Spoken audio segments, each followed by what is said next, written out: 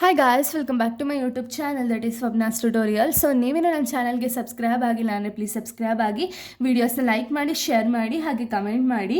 So ಇವತ್ತು ನಾನು ಮಾಡ್ತಿರೋ ಸಬ್ಜೆಕ್ಟ್ ಯಾವುದು ಅಂದರೆ ಥರ್ಡ್ ಸೆಮ್ BComನ ಕಾಸ್ಟ್ ಅಕೌಂಟಿಂಗ್ ಅಥವಾ ಫಂಡಮೆಂಟಲ್ ಆಫ್ ಕಾಸ್ಟಿಂಗ್ ಅಂತ ಒಂದು ಸಬ್ಜೆಕ್ಟ್ನ ಎಕ್ಸ್ಪ್ಲೈನ್ ಮಾಡ್ತಿದ್ದೀನಿ. ಸೊ ಅದರಲ್ಲಿ ಚಾಪ್ಟರ್ 1 ಬಂದುಬಿಟ್ಟು ಇಂಟ್ರೊಡಕ್ಷನ್ ಟು ಕಾಸ್ಟ್ ಅಕೌಂಟಿಂಗ್ ಅಂತ ಹೇಳಿ. ಸೊ ಇದರ ರಿಲೇಟೆಡ್ ಅಂದರೆ ನಾನು ಪ್ರೀವಿಯಸ್ ವೀಡಿಯೋದಲ್ಲಿ ಕಾಸ್ಟ್ ಶೀಟ್ದು ಒಂದು ಫಾರ್ಮೆಟ್ನ ಎಕ್ಸ್ಪ್ಲೈನ್ ಮಾಡಿದೆ. ಸೊ ಈ ಒಂದು ವೀಡಿಯೋದಲ್ಲಿ ನಾನು ಕಾಸ್ಟ್ ಶೀಟ್ ರಿಲೇಟೆಡ್ ಪ್ರಾಬ್ಲಮ್ಸ್ಗಳನ್ನ ಈ ಒಂದು ವಿಡಿಯೋದಲ್ಲಿ ಎಕ್ಸ್ಪ್ಲೈನ್ ಮಾಡ್ತಾ ಹೋಗ್ತೀನಿ. ಓಕೆನಾ, ಇದು ಫಸ್ಟ್ ಪ್ರಾಬ್ಲಮ್ ಆಗಿದೆ cost sheet related. So problem 1ನ ನಾನು ತುಂಬ ಈಸಿಯಾಗಿ ಕೊಟ್ಟಿದ್ದೀನಿ, ಯಾಕೆಂದರೆ ನಿಮ್ಗೆ ಅರ್ಥ ಆಗಲಿ ಅಂತ. ಫಸ್ಟ್ ನಿಮ್ಗೆ ಒಂದು ಸ್ವಲ್ಪ ಅರ್ಥ ಆದರೆ ಸಾಕು.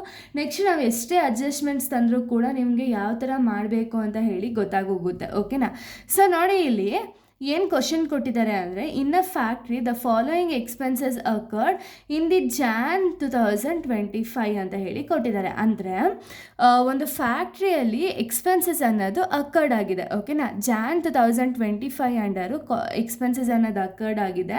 ಸೊ ಇಲ್ಲಿ ಏನೇನೆಲ್ಲ ಎಕ್ಸ್ಪೆನ್ಸಸ್ನ ಕೊಟ್ಟಿದ್ದಾರೆ ಅಂದರೆ ಪರ್ಟಿಕ್ಯುಲರ್ಸ್ ರುಪೀಸ್ ಅಂತ ಹೇಳಿ ಕೊಟ್ಟಿದ್ದಾರೆ. ಇದರಲ್ಲಿ ನಮಗೆ materials, labours, factory expenses, total office expenses, total sales, ಇಷ್ಟು ಡೀಟೇಲ್ಸ್ನ ನಮಗೆ ಕೊಟ್ಟಿದ್ದಾರೆ. ಓಕೆನಾ, ಇದರಲ್ಲಿ ನಾವೇನು ಮಾಡಬೇಕು ಅಂದರೆ ಕಾಸ್ಟ್ ಶೀಟ್ ಅನ್ನೋದನ್ನ ನಾವು ಪ್ರಿಪೇರ್ ಮಾಡಬೇಕಾಗುತ್ತೆ. ಓಕೆನಾ, ಸೊ ನಿಮಗೆ ಗೊತ್ತಿದೆ ಕಾಸ್ಟ್ ಶೀಟ್ ಫಾರ್ಮ್ಯಾಟ್ ಏನು ಅಂದರೆ, ಸೊ ನೋಡಿ ಇದು ಪ್ರೀವಿಯಸ್ ವೀಡಿಯೋದಲ್ಲೇ ನಾನು ನಿಮಗೆ ಹೇಳಿದ್ದೆ ಆ ಒಂದು ಫಾರ್ಮ್ಯಾಟ್ ಇದು.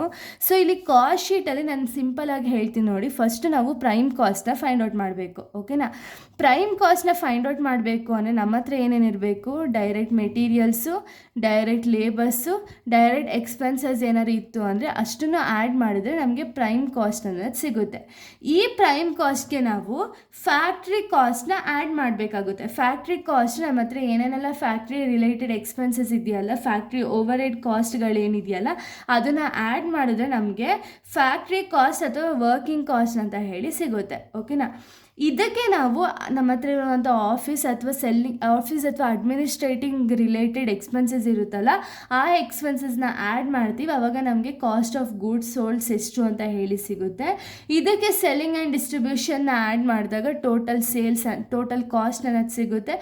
ಇದರಿಂದ ನಾವು ಟೋಟಲ್ ಸೇಲ್ಸ್ ಅನ್ನೋದನ್ನ ಡಿಡಕ್ಟ್ ಮಾಡಿದಾಗ ಟೋಟಲ್ ಪ್ರಾಫಿಟ್ ಅನ್ನೋದು ಸಿಗುತ್ತೆ. ಓಕೆನಾ, ಸೊ ಈ ಪ್ರಾಬ್ಲಮಿಗೆ ನಾವು ಬರೋದಾದರೆ ಫಸ್ಟ್ ನಾವೇನು ಹಾಕಬೇಕು, cost sheet for the factory for Jan 2025 ಅಂತ ಹೇಳಿ ಅವರು ಕೊಟ್ಟಿದ್ದಾರೆ. ಓಕೆನಾ, ಸೊ ಇಲ್ಲಿ ಪರ್ಟಿಕ್ಯುಲರ್ಸ್ ರುಪೀಸ್ ಅಂತ ಹೇಳಿ ಹಾಕ್ಕೊಳ್ತೀರ. ಫಸ್ಟ್ ನಾವು ಪ್ರೈಮ್ ಕಾಸ್ಟ್ನ ಫೈಂಡ್ ಔಟ್ ಮಾಡಬೇಕು ಅಂದರೆ ನಮ್ಮ ಕ್ವಶನಲ್ಲಿ ಏನಾದ್ರು direct materials, direct labours, direct expenses ಇತ್ತು ಅಂದರೆ ಆವಾಗ ಅದನ್ನು ಆ್ಯಡ್ ಮಾಡ್ತೀವಿ. ಓಕೆನಾ, ಸೊ ನೋಡಿ ಇಲ್ಲಿ ನಮ್ಮ ಕ್ವಶನಲ್ಲಿ ಡೈರೆಕ್ಟ್ ಮೆಟೀರಿಯಲ್ಸ್ನ ಕೊಟ್ಟಿದ್ದಾರೆ. ಸೊ ಮೆಟೀರಿಯಲ್ಸ್ 2 lakh ಅಂತ ಹೇಳಿ ಹಾಕ್ಕೊಳ್ತೀವಿ.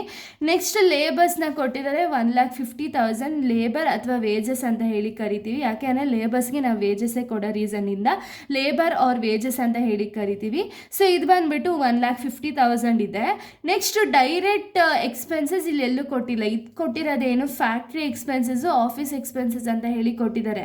ಡೈರೆಕ್ಟ್ ಎಕ್ಸ್ಪೆನ್ಸಸ್ ಅಂತ ಯಾವುದೂ ಕೊಟ್ಟಿಲ್ಲ. ಸೊ ನಮಗೆ ಪ್ರೈಮ್ ಕಾಸ್ಟ್ ಕಂಡುಹಿಡಿಯಬೇಕಾದ್ರೆ ಬರೀ 3 ಐಟಮ್ಸ್ನ ತೊಗೋಬೇಕಾಗಿತ್ತು. ಬಟ್ ಅದರಲ್ಲಿ ಕೊಟ್ಟಿರೋ ಐಟಮ್ಸ್ ಬರೀ 2 ಕೊಟ್ಟಿದ್ದಾರೆ. ಸೊ ಇಷ್ಟನ್ನು ಆ್ಯಡ್ ಮಾಡಿದಾಗ ನಮಗೆ ಪ್ರೈಮ್ ಕಾಸ್ಟ್ ಎಷ್ಟು ಬರುತ್ತೆ, 3,50,000 ರುಪೀಸ್ ಬರುತ್ತೆ. ಸೊ ನೋಡಿ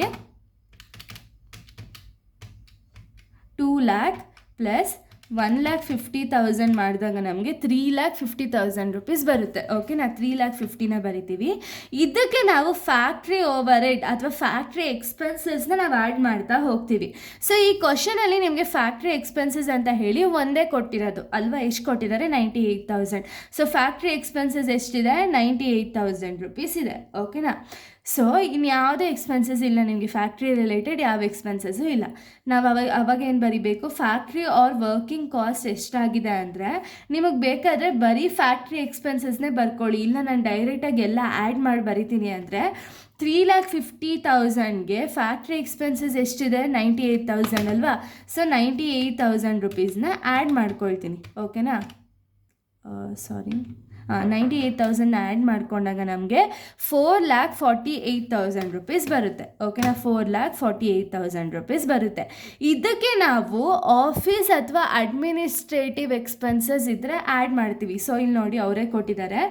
ಎಕ್ಸ್ಪೆನ್ಸಸ್, ಆಫೀಸ್ ಎಕ್ಸ್ಪೆನ್ಸಸ್ ಎಷ್ಟಿದೆ, 85,000 ರೂಪೀಸ್ ಇದೆ. ಸೊ ಅದಕ್ಕೆ ನಾವು add office and distribution expenses, office expenses 85,000 rupees ಇದೆ ಅಷ್ಟೇ. ಅದೊಂದೇ ಎಕ್ಸ್ಪೆನ್ಸಸ್ ಕೊಟ್ಟಿರೋದು ಆಫೀಸ್ ರಿಲೇಟೆಡು. ಸೊ 4,48,000 ಪ್ಲಸ್ 85,000ನ ಆ್ಯಡ್ ಮಾಡಿದಾಗ, ಸೊ ನೋಡಿ ಪ್ಲಸ್ 85,000ನ ಆ್ಯಡ್ ಮಾಡಿದಾಗ ನಮಗೆ ಸಿಗೋದು 5,33,000 ರೂಪೀಸ್ ಸಿಗುತ್ತೆ. ಓಕೆನಾ, ಸೊ ನೋಡಿ ಆ್ಯಸ್ ಇಟ್ ಈಸ್ ಬರೆಯೋಣ, 5,33,000. ನೆಕ್ಸ್ಟ್ ನಮಗೆ ಸೆಲ್ಲಿಂಗ್ ಆ್ಯಂಡ್ ಡಿಸ್ಟ್ರಿಬ್ಯೂಷನ್ ಎಕ್ಸ್ಪೆನ್ಸಸ್ ಇದ್ರೆ ಆ್ಯಡ್ ಮಾಡ್ತಿದ್ದೋ, ಬಟ್ ನಮ್ಗೆ ಸೆಲ್ಲಿಂಗ್ ಆ್ಯಂಡ್ ಡಿಸ್ಟ್ರಿಬ್ಯೂಷನ್ ಇಲ್ಲೆಲ್ಲೂ ಕೊಟ್ಟಿಲ್ಲ. ಸೊ ಅದಕ್ಕೆ ಅದನ್ನು ನಿಲ್ ಅಂತ ಹಾಕ್ತೀವಿ.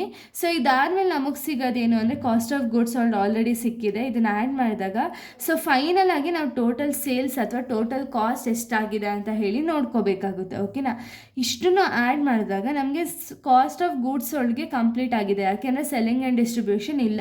ಸೊ ಇದನ್ನು ಆ್ಯಡ್ ಮಾಡಿದಾಗ ನಮಗೆ ಎಷ್ಟಿದೆ, ಫೈನಲ್ ಆನ್ಸರು ಟೋಟಲ್ ಸೇಲ್ಸು ಅಥವಾ ಟೋಟಲ್ ಕಾಸ್ಟ್ ಎಷ್ಟಿದೆ ಅಂದರೆ 5,33,000 ರೂಪೀಸ್ ಇದೆ. ಓಕೆನಾ, ಇದರಲ್ಲಿ ನಮಗೆ ಪ್ರಾಫಿಟ್ ಆಗಿದೆ ಲಾಸ್ ಆಗಿದೆ ನಮಗೆ ಗೊತ್ತಿಲ್ಲ. ಓಕೆನಾ, ಸೊ ಇವಾಗ ನಾವೇನು ಮಾಡಬೇಕು ಅಂದರೆ ಪ್ರಾಫಿಟ್ ಆರ್ ಲಾಸ್ ಅಂತ ಹೇಳಿ ಒಂದು ಸ್ಪೇಸ್ ಬಿಟ್ಟು ನೆಕ್ಸ್ಟ್ ಲೈನಲ್ಲಿ ಟೋಟಲ್ ಸೇಲ್ಸ್ ಅಂತ ಹೇಳಿ ಹಾಕ್ಕೊಳ್ಳೋಣ. ಟೋಟಲ್ ಸೇಲ್ಸ್ ಎಷ್ಟಿದೆ ಇಲ್ಲಿ, 5,10,000 ಇದೆ. 5,10,000 ರೂಪೀಸ್ನ ಹಾಕ್ಕೊಳ್ತೀವಿ.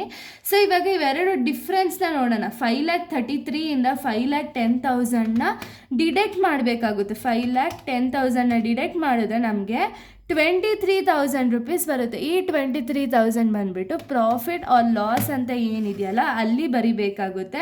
ಸೊ ಇದು ಪಾಸಿಟಿವಲ್ಲಿರೋ ರೀಸನ್ ಇಂದ ಇಲ್ಲಿ ಪ್ರಾಫಿಟ್ ಅನ್ನೋದಾಗುತ್ತೆ.